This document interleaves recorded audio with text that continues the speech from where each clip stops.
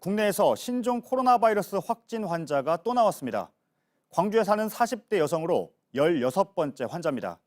이 여성은 태국에서 지난달 19일 입국해 확진을 받기까지 보름이 넘도록 이곳저곳을 다녔습니다. 이 가운데는 입원 환자들이 많은 병원도 있습니다. JTBC가 방금 전에 취재한 결과 현재 이 병원은 코호트 격리, 그러니까 의료진과 환자까지 함께 봉쇄됐습니다. 신종 코로나 바이러스가 확인된 이후 처음으로 내려진 코호트 격리 조치입니다. 먼저 박유미 기자입니다. 광주광역시 광산구에 있는 광주 21세기 병원입니다. 16번 확진 환자가 들렸던 곳입니다. 이 환자의 딸은 27일 인대 봉합 수술을 받고 입원했고 확진자도 같은 날 이 병원에서 고열로 치료를 받은 뒤 전남대병원 응급실을 찾았습니다. 27일날 만세나 갔다 왔고 초진 갔다 의료진이 면담하고 바로 뺐죠. 격리실 오는 다음에는 저희 병원 의료진들이 이제 그 방호구 다 착용하고 들어가서 채취하고 혈액 검사라든가 이런 거 하고 그러고 나서 이제 보건소에 신고했더니 보건소에서는 이제 태국은 상관없다 그래서 확진자는 이후 증상이 더 심해졌고 21세기 병원에서 폐렴 치료를 받았습니다. 어제 격리되기 전까지 사실상 입원에 가까운 상태로 21세기 병원에 머문 겁니다. 21세기 병원엔 90개가량의 병상이 있고 현재 70에서 80명의 환자가 입원해 있는 것으로 알려졌습니다. 지자체 관계자는 현재 환자, 보호자 등 누구도 들어가지도 나갈 수도 없게 통제했고 의료진은 자가격리했다고 전했습니다. JTBC 취재 결과 보건당국은 통제 상태에서 역학조사를 벌이고 있고 병원을 통째로 봉쇄하는 첫 코호트 격리 조치를 내렸습니다. 5년 전 메르스 사태 당시 슈퍼 전파는 병원 안에서 이뤄졌고 일부 병원에 코호트 격리 조치를 했습니다. JTBC 박유미입니다. 그럼 이 16번째 확진 환자가 있는 광주 전남대병원으로 가보겠습니다. 정진명 기자, 입원은 어제 했고 고열 증세는 오래전부터 있었다고 하는데 지금 상태는 좀 어떻습니까? 네, 현재는 비교적 안정된 상태입니다. 16번 확진자는 제 뒤로 보이는 전남대병원 국가지정 격리병동에 입원해 있습니다. 어제만 해도 호흡곤란과 심한 오한 증상을 보였는데요. 격리병실 입원 후에는 더 이상 악화되지 않은 모습입니다. 네, 태국을 다녀왔다는데 태국을 다녀온 게 감염과의 관련성 좀 확인이 됐습니까? 네, 이 환자는 태국 여행을 마치고 지난달 19일 입국했습니다. 이후 일주일 만인 25일 저녁 오한 증상을 보였고 이틀 뒤 주거지 인근 중소병원을 찾았습니다.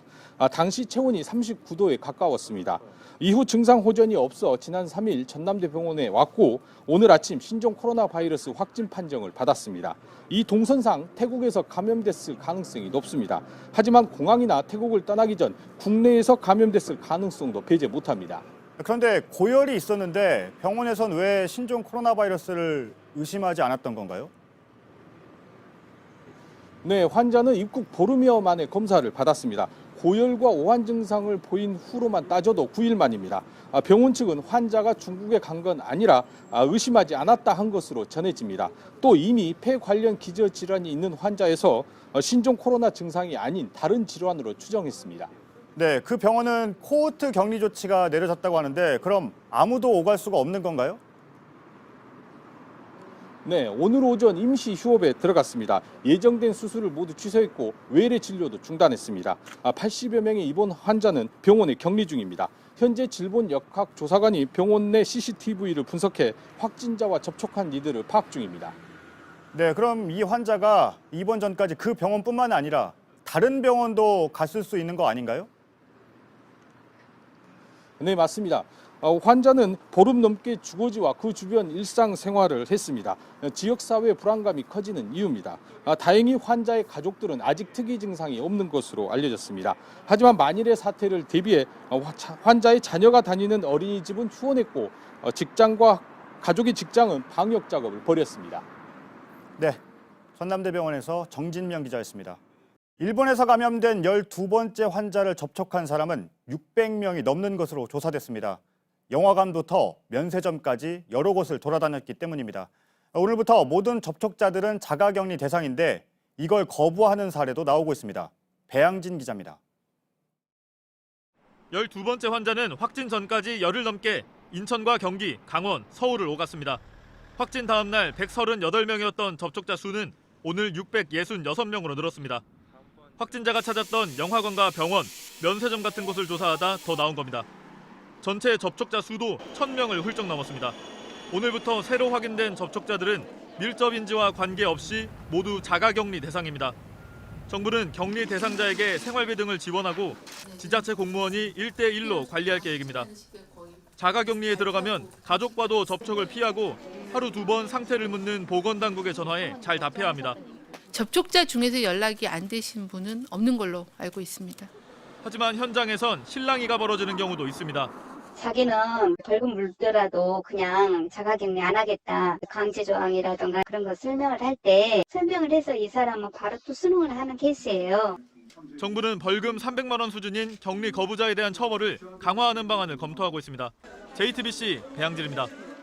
신종 코로나 바이러스에 감염됐는지 빠르게 진단할 수 있는 시약이 오는 7일부터 민간에 공급됩니다.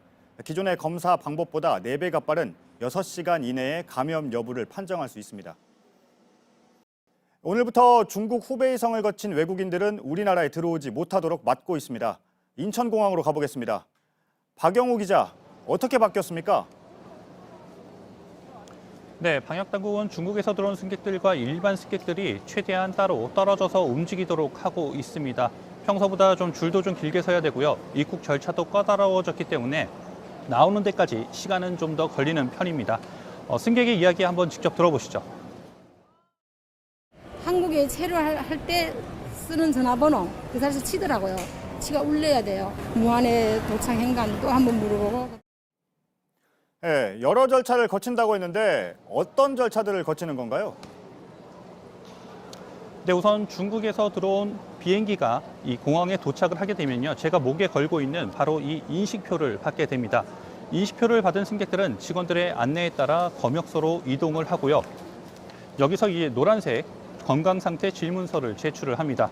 검역대를 통과한 다음에는 입국자의 전화번호를 한 명 한 명 일일이 다 확인을 합니다.